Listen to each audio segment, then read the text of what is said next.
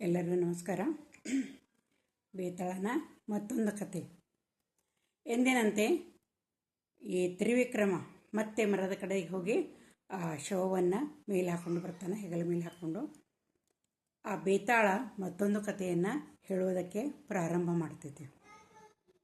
ಮಹಾರಾಜ, ನೀನೆಷ್ಟೊಂದು ಸತ್ಯಶೀಲದಿದಿ, ನ್ಯಾಯನಿಷ್ಠನದಿದಿ, ಆದರೂ ನಿನಗೆ ನಾನು ಎಷ್ಟು ಸರಿ ತಿಳಿಸಿ ಹೇಳಾಕತ್ತೀನಿ, ನೀನು ಕೇಳ್ತಾ ಇಲ್ಲ.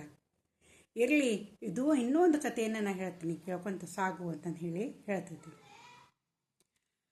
ತಾಮ್ರಲಿಪಿ ಅನ್ನುವಂಥ ಒಂದು ರಾಜ್ಯವನ್ನು ಚಂದ್ರಸೇನ ಮಹಾರಾಜ ಆಳ್ತಾ ಇರ್ತಾನೆ.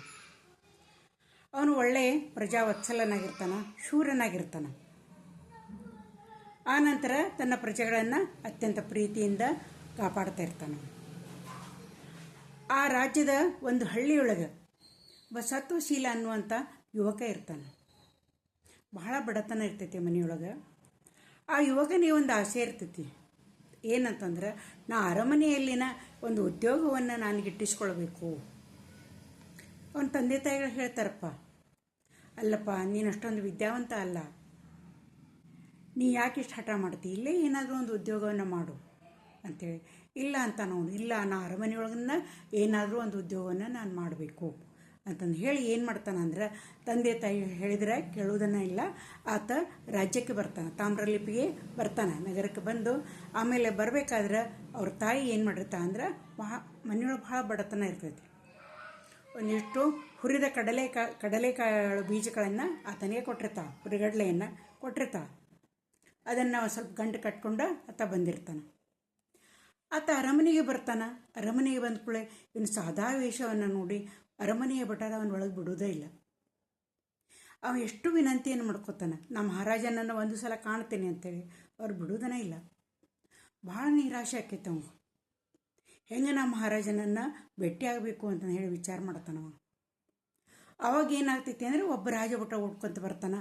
ಆತ ಹೇಳ್ತಾನೆ, ಮಹಾರಾಜರು ಭೇಟಿಗೆ ಹೊಂಟಾರ, ಎಲ್ಲ ತಯಾರಿ ಮಾಡಬೇಕಾಗೈತಿ, ಎಲ್ಲವನ್ನು ಸಜ್ಜುಗೊಳಿಸೋಣ ಅಂತಂದು ಹೇಳಿ ಆತ ಏನಂತಂದ್ರೆ ಕೆಲವಾರು ಭಟರನ್ನ ಕರ್ಕೊಂಡು, ಸೇವಕರನ್ನ ಕರ್ಕೊಂಡು ಆತ ಹೋಗ್ತಾ ಇರ್ತಾನೆ. ಇದು ಈ ಸತ್ವಶೀಲನ ಕಿವಿಗೆ ಬೀಳ್ತೈತಿ. ಅವ ಏನು ಮಾಡ್ತಾನಂದ್ರೆ, ರಾಜ ಭೇಟಿಗೆ ಬರ್ತಾನಂದ್ರೆ ನಾ ಅಲ್ಲೇ ಅರಣ್ಯದ್ರೊಳಗನ್ನ ಭೇಟಿ ಆಗಬೇಕು ಅಂತಂದು ಹೇಳಿ ಆತ ಓಡೋಡ್ಕೊಂತ ಹೋಗ್ತಾನೆ. ಅರಣ್ಯದ ಕಡೆಗೆ ಹೋಗ್ತಾನೆ. ಒಂದು ಸಣ್ಣ ಅರಣ್ಯ ಇರ್ತೈತೆ ಆ ರಾಜ್ಯಕ್ಕೆ ಅಂಟುಕೊಂಡು. ಆ ನಂತರ ಸ್ವಲ್ಪ ಹೊತ್ತಿಗೆ ರಾಜ ಕುದುರೆಯನ್ನೇರಿ ಹಲವಾರು ಸೈನಿಕರ ಜೊತೆ ಬೇಟೆಗೆ ಬರ್ತಾನೆ. ಆ ರಾಜನನ್ನು ಇವ ಬೆನ್ನ ಹತ್ತಿ ಓಡೋಡ್ಕೊಂತ ಬರ್ತಾನೆ. ರಾಜ ಬಹಳ ದೂರ ಬರ್ತಾನೆ.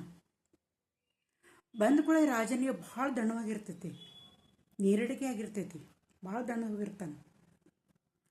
ಆ ಹೊತ್ತಿನೊಳಗೆ ಸೈನಿಕರೆಲ್ಲ ಹಿಂದುಳಿದು ಬಿಟ್ಟಿರ್ತಾರೆ. ಈ ಸತ್ವಶೀಲನು ಓಡ್ತಾ ಬಂದು ರಾಜನನ್ನು ಕಾಣಲೇಬೇಕು ಅನ್ನುವಂಥ ಒಂದು ಹಂಬಲದಿಂದ ಓಡ್ತಾ ಬಂದು ರಾಜನಿಗೆ ಭೇಟಿಯಾಗ್ತಾನೆ. ಮಹಾರಾಜರೇ, ನಾನು ನಿಮ್ಮನ್ನು ನೋಡಬೇಕು ಅಂತಂದು ಹೇಳಿ ನನ್ನ ಹಳ್ಳಿಯಿಂದ ಬಂದೀನಿ, ಇಷ್ಟು ಓಡೋಡ್ಕೊಂತ ನಾನು ಬಂದೇನಿ ಅಂತಂದು ಹೇಳಿ. ಮ್ಯಾಂಗೆ ಮಹಾರಾಜ ಅಂತಾನೆ. ಅವ್ನು ಭಾಳ ನೀರಡಿಕೆ ಇರ್ತೈತಿ, ಇಲ್ಲೆಲ್ಲ ನೀರು ಅದಾವನು ಅಂದ ಕೂಡಲೇ ಆಯಿತು ಮಹಾರಾಜ ಅಂತಂದು ಹೇಳಿ ಆ ಒಂದು ಮರದ ಎಲೆಗಳನ್ನು ದೊಣ್ಣೆಯ ರೀತಿ ಮಾಡಿಕೊಂಡು ಆ ಒಂದು ತಿಳಿಯ ನೀರಿನ ಒಂದು ಕೊಳ ಇರ್ತೈತಿ, ಅಲ್ಲಿ ಹೋಗಿ ನೀರನ್ನು ತಂದು ರಾಜನಿಗೆ ಕೊಡ್ತಾನೆ. ಆಮೇಲೆ ತನ್ನ ತಾಯಿ ಕೊಟ್ಟಂಥ ಹುರಿಗಡಲೆಯನ್ನು ಕೊಡ್ತಾನೆ. ಮಹಾರಾಜ, ಇವನು ತಿನ್ನಿರಿ, ಸ್ವಲ್ಪ ವಿಶ್ರಾಂತಿ ತಗೊಳ್ರಿ ಅಂತಂದು ಹೇಳಿ. ರಾಜನಿಗೆ ಇವನ ಸರಳ ನಡತೆಯನ್ನು ಕಂಡು ಭಾಳ ಸಂತೋಷಕ್ಕೈತಿ. ಭಾಳ ದಣದಿರ್ತಾನೆ. ಕುಡಿಯೋದಕ್ಕೆ ನೀರು ಕೊಡ್ತಾನೆ, ತಿನ್ನೋದಕ್ಕೆ ಕಡಲೆ ಬೀಜಗಳನ್ನು ಕೊಡ್ತಾನೆ, ಕಡಲೆಗಳನ್ನು.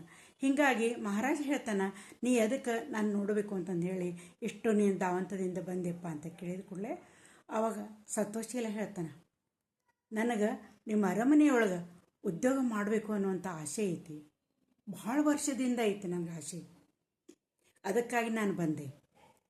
ರಾಜ ಹೇಳ್ತಾನೆ, ಮತ್ತು ನೀ ಬಂದು ನಾನು ಭೇಟಿ ಆಗಬೇಕಾಗಿತ್ತಲ್ಲ ಅಂದ ಕೂಡಲೇ ಆ ಸತ್ವಶೀಲ ಹೇಳ್ತಾನೆ, ಇಲ್ಲ ಮಹಾರಾಜ, ನಿಮ್ಮ ಭಟರು ನಾನು ಒಳಗೆ ಬಿಡಲಿಲ್ಲ, ಎಷ್ಟು ನಾ ವಿನಂತಿ ಮಾಡಿಕೊಂಡ್ರು ಅವ್ರು ಬಿಡಲಿಲ್ಲ ಅಂತಂದ ಕೂಡಲೇ ಅವಾಗ ರಾಜ ಏನು ಮಾಡ್ತಾನಂದ್ರೆ ತನ್ನ ಒಂದು ಮುದ್ರೆ ಉಂಗುರವನ್ನು ಅವನು ಕೊಡ್ತಾನೆ.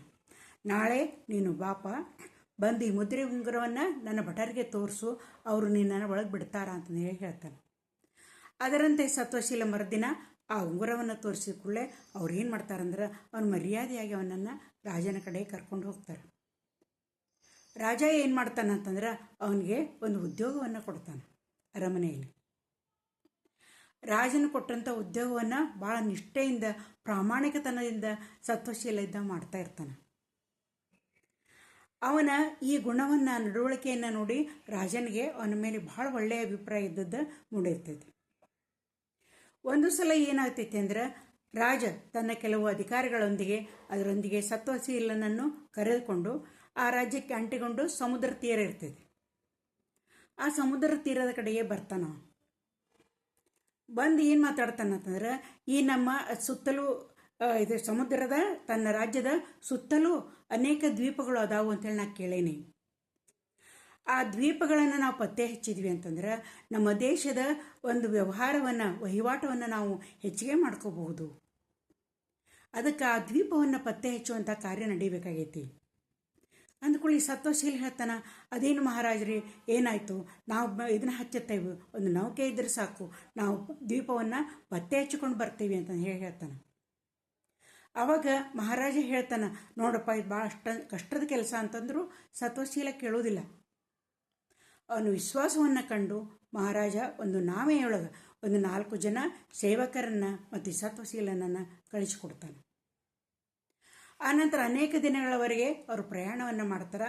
ಸ್ವಲ್ಪ ದೂರ ಬಂದ ಮೇಲೆ ಏನಾಗ್ತದೆ ಅಂದರೆ ಸುತ್ತ ಎಲ್ಲೂ ಅವ್ರಿಗೆ ಯಾವುದೇ ನೆಲ ಇದ್ದು ಕಾಣಿಸ್ತಿರೋದಿಲ್ಲ, ಯಾವುದೇ ರಾಜ್ಯಗಳು ಸೀಮೆ ಕಾಣಿಸ್ತಿರೋದಿಲ್ಲ. ಅಂಥ ಹೊತ್ತಿನೊಳಗೆ ಆ ಸಮುದ್ರದಲ್ಲಿ ಒಂದು ಏನಂತಂತಂದ್ರೆ ಧ್ವಜವನ್ನು ನೆಟ್ಟಂತಹ ಒಂದು ಬಡಿಗೆ ಅಂದರೆ ಒಂದು ಕಂಬ ಕಾಣಿಸ್ತೈತಿ. ಕಂಬ ಕಾಣಿಸಿದ ಕೂಡಲೇ ಅವ ಅಂತಾನ, ಇದು ಯಾವುದೇ ದೇಶದ ಅಥವಾ ರಾಜ್ಯದ ಒಂದು ಧ್ವಜ ಐತಿ ಇದು. ಅದು ಸುತ್ತಲೂ ನೋಡ್ತಾರೆ ಎಲ್ಲ ಕಡೆಗೆ ನೀರು, ಎಲ್ಲೂ ನೆಲನ ಕಾಣಿಸ್ತಿರೋದಿಲ್ಲ. ಆವಾಗ ಅವ್ರೇನು ಹೇಳ್ತಾರ ಎಲ್ಲ ಸೇವಕರು, ಇಲ್ಲ ಇಲ್ಲಿ ಏನೂ ಕಾಣಿಸ್ವಲ್ದು. ಅದಕ್ಕೆ ಸತ್ವಶೀಲ ಹೇಳ್ತಾನ, ಇಲ್ಲ ಇಲ್ಲಿ ಧ್ವಜ ಐತಿ ಅಂತಂದ್ರೆ ಇಲ್ಲೇ ಏನಾದರೂ ಒಂದು ರಾಜ್ಯ ಇರಲೇಬೇಕು, ನಾ ಹೋಗಿ ನೋಡ್ತೇನೆ ಅಂತಾನೆ. ಎಲ್ಲರೂ ಬೇಡಂದ್ರೂ ಕೆಡೋದಿಲ್ಲ. ಆ ಕಂಬವನ್ನು ಏನಂತ ಇಳ್ಕೊಂಡು ಆ ಧ್ವಜದ ಕಂಬವನ್ನು ಇಳ್ಕೊಂಡು ಕೆಳಗೆ ಬರ್ತಾನೆ. ಇಳಿತಾ ಇಳಿತಾ ಇಳಿತಾ ಬರ್ತಾನೆ. ಬಂದ ಕೂಡಲೇ ಅಲ್ಲಿ ಬೇರೆದೇ ಒಂದು ಲೋಕ ಇರ್ತೈತಿ, ಬೇರೆನ ಒಂದು ಲೋಕ. ಆಮೇಲೆ ಅವ್ನಿಗೆ ಭಾಳ ವಿಚಿತ್ರ ಅನಿಸ್ತೈತೆ ಅದನ್ನೆಲ್ಲ ನೋಡಿ. ಆಗ ಅಲ್ಲಿ ಒಬ್ಬ ರಾಜಕುಮಾರಿ ಆ ರಾಜ್ಯವನ್ನು ಆಳ್ತಾ ಇರ್ತಾಳೆ. ಇಲ್ಲಿಯವರೆಗೆ ಯಾರೊಬ್ಬರೂ ಅವಳ ರಾಜ್ಯವನ್ನು ಪ್ರವೇಶ ಮಾಡಿರೋದಿಲ್ಲ. ಇವನ್ನ ನೋಡಿ ಬಹಳ ಆಶ್ಚರ್ಯ ಆಕೈತೆ ಆಕೆಗೆ. ಆಶ್ಚರ್ಯ ಏನು ಮಾಡ್ತಾಳ ಅಂತಂದ್ರೆ, ಯಾರು ನೀನು ಅಂತಂತ ಹೇಳಿ ಕೇಳ್ತಾಳ. ಇಲ್ಲ, ನಾನು ಚಂದ್ರಸೇನ ಮಹಾರಾಜನ ಸೇವಕ ಅದೀನಿ, ನನ್ನ ಹೆಸರು ಸತ್ವಶೀಲ ಅಂತ ಹೇಳಿ ಹೇಳ್ತಾನೆ. ಆಮೇಲೆ ಆಕೆ ಏನು ಮಾಡ್ತಾಳ ಅಂದ್ರೆ ಅವನಿಗೆ ಒಂದು ಸ್ವಲ್ಪ ತಿನ್ನುವುದಕ್ಕೆ ಕುಡಿಯೋದಕ್ಕೆ ಕೊಡ್ತಾಳೆ. ಆಮೇಲೆ ನನ್ನ ರಾಜ್ಯದೊಳಗೆ ಇಲ್ಲಿವರೆಗೂ ಯಾರೂ ಬಂದಿರಲಿಲ್ಲ, ಅದಕ್ಕೆ ಇವನನ್ನು ಒಂದು ಸುರಂಗ ಇದನ್ನಿರ್ತೈತಿ, ಕೊಳ ಇರ್ತೈತಿ, ಆ ಸುರಂಗ ಕೊಳದೊಳಗೆ ಅವನ್ನ ದುಗಿಸ್ಬಿಡ್ತಾಳೆ. ಆಮೇಲೆ ಅವ ಏನು ಮಾಡ್ತಾನೆ ಅಂದ್ರೆ ಮತ್ತೆ ಪುನಃ ಸಮುದ್ರ ತೀರಕ್ಕೆ ಬರ್ತಾನೆ. ತಮ್ಮ ರಾಜ್ಯ ಎಲ್ಲಿತ್ತಲ್ಲ ಅದೇ ಜಾಗಕ್ಕೆ ಆತ ಬರ್ತಾನೆ. ಆ ರೀತಿ ಆಕೆ ಏನಂತಂದ್ರೆ ಸುರಂಗದೊಳಗೆ ಅವನ ದುಗ್ಗಿರ್ತಾಳೆ.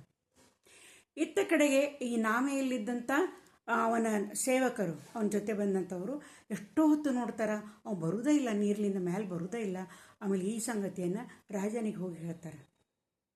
ರಾಜ ಅಂತಾರ, ಅಂಥ ಮುಗ್ಧ ಹುಡುಗವ, ಅವನನ್ನು ನೀವು ಯಾಕೆ ಹೋಗಾಕ್ಬಿಟ್ರಿ, ಅವು ಯಾವ ಅಪಾಯಕ್ಕೆ ಸೇಲ್ಕ್ಯಾನ ಏನೋ ಅಂತಂದೇಳಿ ರಾಜನಿಗೆ ಭಾಳ ಚಿಂತೆ ಆಕೈತಿ.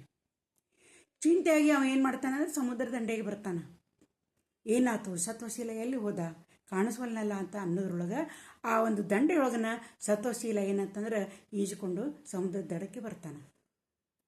ಆವಾಗ ಏನಂತಂದ್ರೆ ಈ ರಾಜ ಕೇಳ್ತಾನೆ, ಸತ್ವಶೀಲ ಎಲ್ಲಿ ಹೋಗಿದ್ದಿ, ನಾ ಭಾಳ ಚಿಂತೆ ಆಗಿತ್ತು ನನಗೆ, ನೀ ಎಲ್ಲಿ ಹೋಗಿದ್ದೆ ಅಂದ್ಕೂಡಲೇ ಸತ್ವಶೀಲ ಎಲ್ಲ ಸಂಗತಿಯನ್ನು ಹೇಳ್ತಾನೆ. ಇಲ್ಲ ಮಹಾರಾಜರೇ, ಒಂದು ಧ್ವಜದ ಕೆಳಗೆ ಒಂದು ರಾಜ್ಯ ಐತಿ, ಬೇರೆಯದೇ ರಾಜ್ಯ ಐತಿ, ಅಲ್ಲಿ ಏನಂತಂದ್ರೆ ಒಬ್ಬ ರಾಣಿ ಇದ್ದಾಕಿ ಅಂದರೆ ಯುವರಾಣಿ ಇದ್ದಾಕಿ ಆಳಕತ್ತಾಳ, ಅಲ್ಲಿ ನಾನು ಹೋಗಿ ಬಂದೆ ಅಂತಂದು ಹೇಳ್ತಾಳೆ. ಹೇಳಿಕೊಳ್ಳಿ ಈಚೆ ಕಡೆ ಏನಾಗ್ತೈತಿ ಅಂದ್ರೆ ಈ ಒಂದು ದ್ವೀಪದೊಳಗೆ ಅಂದ್ರೆ ಆ ಧ್ವಜ ಇದ್ದಂಥ ರಾಜ್ಯದೊಳಗೆ ಅಲ್ಲಿವರೆಗೂ ಯಾರೂ ಬಂದಿರೋದಿಲ್ಲಲ್ಲ. ಆ ಯುವರಾಣಿ ಏನು ಮಾಡ್ತಾಳೆ ಅಂತಂದ್ರೆ ಈ ರಾಜ ಒಬ್ಬ ಮನುಷ್ಯ ಇದನ್ನು ಪತ್ತೆ ಹಚ್ಚಾನಂದ್ರೆ ಮತ್ತು ಬೇರೆ ಯಾರೂ ಬರಬಾರ್ದು ಇಲ್ಲಿ ಅಂತಂದು ಹೇಳಿ ಬಿಗಿಯಾದಂಥ ಅನೇಕ ಜನ ಒಂದು ಪಹರೆಯನ್ನು ಹಾಕಿಬಿಡ್ತಾಳಕ್ಕೆ. ಯಾರನ್ನೂ ನಮ್ಮ ರಾಜ್ಯದೊಳಗಡೆ ಬಿಡಬಾರ್ದು ಅನ್ನುವಂಥ ಒಂದು ಪಹರೆಯನ್ನು ಬಹಳಷ್ಟು ಜನ ಈ ರಾಜಭಟರನ್ನ ನೇಮಿಸ್ತಾಳಕ್ಕೆ. ಆಮೇಲೆ ಈಚೆ ಕಡೆ ಏನಾಗ್ತೈತಿ ಅಂದ್ರೆ ಈ ಸತ್ವಶೀಲ ಮಹಾರಾಜ ಹೇಳಿದ ಕೂಡಲೇ ಮಹಾರಾಜ ಏನು ಹೇಳ್ತಾನಂದ್ರೆ ನನಗೂ ಆ ದ್ವೀಪವನ್ನು ನೋಡಬೇಕು, ಆ ರಾಜಕುಮಾರಿಯನ್ನು ನೋಡಬೇಕು ಅಂತಂದೇಳಿ ನನ್ನ ಮನಸ್ಸಾಗೈತಿ, ನಾವೂ ಹೋಗಿ ಬರೋಣ ಬಾ ಅಂತಂದು ಹೇಳ್ತಾನೆ. ಹೇಳಿದ ಇಬ್ಬರು ಹೋಗ್ತಾರ. ಆ ಧ್ವಜ ಹತ್ತಿರ ಬಂದಂಗೆ ಆ ಧ್ವಜವನ್ನು ಹಿಡ್ಕೊಂಡು ಇಬ್ಬರು ಅದರೊಟ್ಟು ಕೆಳಗೆ ಧುಮುಕ್ತಾರೆ. ಧುಮುಕಿದ ಕೂಡಲೇ ಆ ರಾಜ್ಯಕ್ಕೆ ಬರ್ತಾರೆ. ಬಂದ ಕೂಡಲೇ ಅಲ್ಲೇ ಈ ಯುವರಾಣಿ ಎಲ್ಲರನ್ನೂ ಸಶಸ್ತ್ರ ಸೈನಿಕರನ್ನ ಇಟ್ಟಿರ್ತಾಳಲ್ಲ, ಆಮೇಲೆ ಅವರೆಲ್ಲರೂ ಅವ್ರಿಗೆ ಆಕ್ರಮಣವನ್ನು ಮಾಡ್ತಾರೆ. ರಾಜ ಬಹಳ ಶೂರ ಇರ್ತಾನೆ ಚಂದ್ರಸೇನ. ಅವ ತನ್ನ ಖಡ್ಗವನ್ನು ತಗೊಂಡು ಸಾಕಷ್ಟು ಜನರನ್ನ ಹೊಡೆದು ಉರುಳಿಸ್ತಾನೆ. ಸತ್ವಶೀಲ ಕೂಡ ಕೆಲವೊಂದು ಜನರನ್ನ ಹೊಡೆದನ, ಆದ್ರೆ ಈ ಮಹಾರಾಜ ಬಹಳಷ್ಟು ಜನರನ್ನ ಎಲ್ಲರನ್ನೂ ಹೊಡೆದು ಉರುಳಿಸ್ತಾನೆ. ಆವಾಗ ಈ ಸತ್ವಶೀಲ ಹೇಳ್ತಾನೆ ಆ ಯುವರಾಣಿ ನೋಡು, ನಮ್ಮ ಮಹಾರಾಜ ಎಷ್ಟು ಶೂರದಾನ, ಈಗ ನೀನು ಸೋಲನ್ನು ಒಪ್ಪಿಕೊಳ್ಳಬೇಕು ಅಂತ ಹೇಳಿಕೊಳ್ಳೆ. ಆವಾಗಕ್ಕೆ ಏನು ಹೇಳ್ತಾಳೆ ಅಂತಂದ್ರೆ, ಹೌದು ನಾನು ಸೋಲನ್ನು ಒಪ್ಪಿಕೊಳ್ಳುತ್ತೇನೆ, ಇನ್ನು ಮೇಲೆ ಈ ರಾಜ್ಯ ನಿಮ್ಮದೇ ಅಂತಂದು ಹೇಳಿ ಆ ಚಂದ್ರಸೇನನಿಗೆ ಹೇಳ್ತಾಳೆ. ಹೇಳಿದ ಕೂಡಲೇ ಅವಾಗ ಅವ ಏನು ಹೇಳ್ತಾನೆ ಅಂತಂದ್ರೆ, ಆ ಒಂದು ಸಿಂಹಾಸನದ ಮೇಲೆ ಕೊಂಡಿರ್ತಾನೆ, ಪಕ್ಕದಲ್ಲಿ ಸತ್ವಶೀಲನನ್ನು ಕುಂಡ್ರಿಸ್ಕೊಳ್ತಾನೆ. ಆ ಯುವತಿಗೆ ಹೇಳ್ತಾನೆ, ಇನ್ನು ಮೇಲೆ ಈ ರಾಜ್ಯ ನನ್ನ ಪ್ರತಿನಿಧಿಯಾಗಿ ಸತ್ವಶೀಲ ಈ ರಾಜ್ಯವನ್ನು ಆಳ್ತಾನ. ಅವನೇ ಕಂಡುಹಿಡಿದಂಥ ರಾಜ್ಯ, ಅವನೇ ಈ ರಾಜ್ಯವನ್ನು ಆಳ್ತಾನ. ಮತ್ತು ನಾನು ನಿನ್ನೊಂದಿಗೆ ಅವನ ಮದುವೆಯನ್ನು ನಾನು ಮಾಡಬೇಕಂತಂದು ನನ್ನ ಇಚ್ಛೆ ಐತೆ ಅಂತ ಕೂಡ ಅವಳು ಸಮ್ಮತಿಯನ್ನು ಕೊಡ್ತಾಳೆ. ರಾಜ ಅವಳೊಂದಿಗೆ ಅವನ ಮದುವೆಯನ್ನು ಮಾಡ್ತಾನೆ. ಈ ಕಥೆಯನ್ನು ಬೇತಾಳ ಹೇಳಿ ಆಮೇಲೆ ಏನು ಮಾಡ್ತೈತಿ ಅಂದ್ರೆ ಮತ್ತೆ ಮಹಾರಾಜನ ಕೇಳ್ತೈತಿ, ಹೇಳು ಮಹಾರಾಜ, ಇದರೊಳಗೆ ಅತ್ಯಂತ ಸಾಹಸಿ ಧೈರ್ಯಶಾಲಿ ಯಾರು ಅಂತ ಕೇಳ್ತೈತಿ.